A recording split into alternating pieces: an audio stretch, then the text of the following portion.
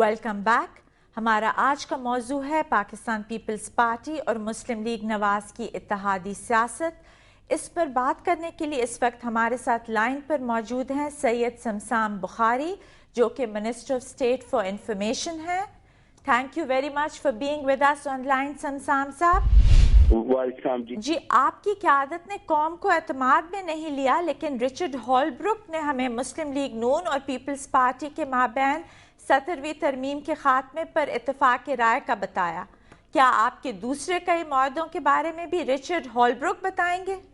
First of all, I want to tell you that we are committed and we were committed کہ ہم نے 17th amendment parliament میں لانی ہے اور اس کو ہم نے ختم کرنا ہے اور اس میں سارا کچھ کرنا ہے. تو اس میں اعتماد میں لینے کی بات نہیں بلکہ پچھلی دفعہ میں آپ کو ریفر کروں گا پریزیڈینشیل ایڈریس سے. اور چونکہ ایک مفاہمت کا عمل فضا چل رہی ہے جس کو ہم تو مانتے ہیں، ہمارے کچھ دوست کبھی مانتے ہیں کبھی نہیں مانتے. پنجاب حکومت میں پیپلز پارٹی کے وزراء کی واپسی ایک یک طرفہ فیصلہ تھا یا یہ کسی میوچل انڈرسٹینڈنگ کا نتیجہ ہے؟ دیکھیں یک طرفہ فیصلے میں کون منسٹر لیتا ہے؟ انہوں نے ہمیں کہا تھا، ہم نے ان کو کہا تھا کہ ہم آپ کو مشکل حالات میں نہیں چھوڑتے. اور پھر if you remember that chief minister of Punjab he requested اور لیڈرشپ فارملی بالکل کہ آپ آئیں اور آ کے جوائن کریں، تو ہم نے جوائن کیا ہے. یہ تاثر عام ہے کہ صدر اور وزیر اعظم میں باہمی اختلافات بہت بڑھ گئے ہیں.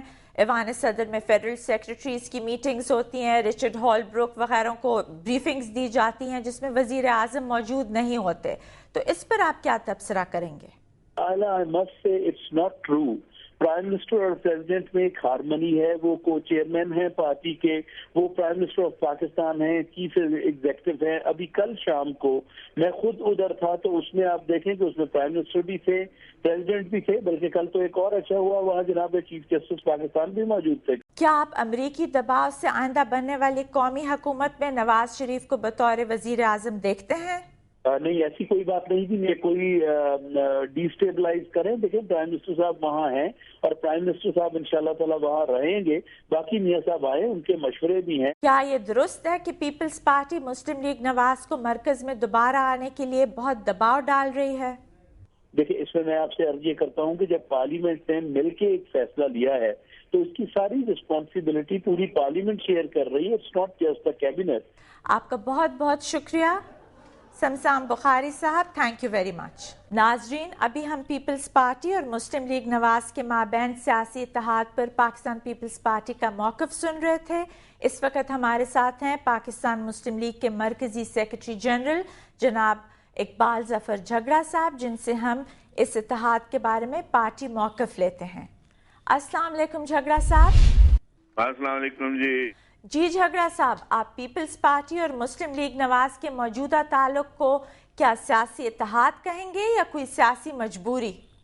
شکریہ جی. یہ میں نہ تو اس کو مجبوری کہوں گا نہ اس کو میں اتحاد کہوں گا، بلکہ یہ وہ مفاہمتی عمل ہے جو اس وقت ملک کے وسیع تر مفاد کو مد نظر رکھتے ہوئے کیا گیا ہے. اور یہ اب کی بات نہیں ہے، یہ ان 8 سال کے دوران جو واقعات رونما ہوئے اور گزرے ڈکٹیٹوریل رجیم میں، اور اس کے روشنی میں ہم نے مل کر پیپلز پارٹی کے ساتھ ایک بہت ہی اہم دستاویز دستخط کی، اور وہ تھا charter of democracy. Peoples Party نے پنجاب میں آپ کے مینڈیٹ کا احترام تو بالکل نہیں کیا اور آپ کی پنجاب کی حکومت عوامی طاقت سے بحال ہوئی ہے، لیکن آپ نے پھر بھی پیپلز پارٹی کے وزراء کو پنجاب کابینہ میں کیوں شامل کیا؟ جی بالکل. یہ تو دیکھیں نا، میں نے آپ کو جس طرح کہا، بعض اوقات جو آپ کے قومی مسائل ہوتے ہیں اور جو چیلنجز ہوتے ہیں اس کو بھی یقیناً مد نظر رکھنا پڑتا ہے. اور کئی بار آپ کو اپنی جماعتی جو سیاست ہے جس سے آپ کی جماعت کو تقویت پہنچتی ہے اس کو بھی سیکریفائز کرنا پڑتا ہے. اور نواز شریف نے یقیناً بالکل اسی لائن پہ اپنی جماعت کو سینٹرل ورکنگ کمیٹی میں بھی کہا کہ ہمیں اگر اپنی سیاسی عمل یا سیاسی پارٹی کے حیثیت سے قوم اور ملک کی خاطر کوئی قربانی بھی دینی پڑی تو ہم اس کے لیے بھی تیار ہیں۔ کیا مستقبل میں میاں صاحب کی پارلیمنٹ میں واپسی کے بعد آپ اس اتحاد کو برقرار دیکھتے ہیں یا آپ سمجھتے ہیں کہ ایک متحدہ مسلم لیگ بنے گی؟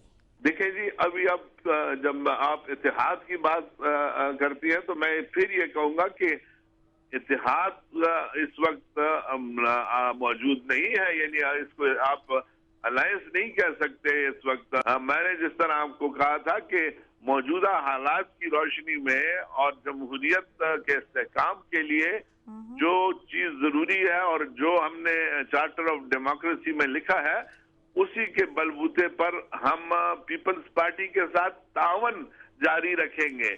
پبلک پرسیپشن یہ ہے کہ صرف امریکی دباؤ کی وجہ سے یہ دو پارٹیز جو نظریاتی اعتبار سے ایک دوسرے سے اتنی مختلف ہیں یہ اکٹھی ہوئی ہیں، آپ اس کو کیا کہیں گے؟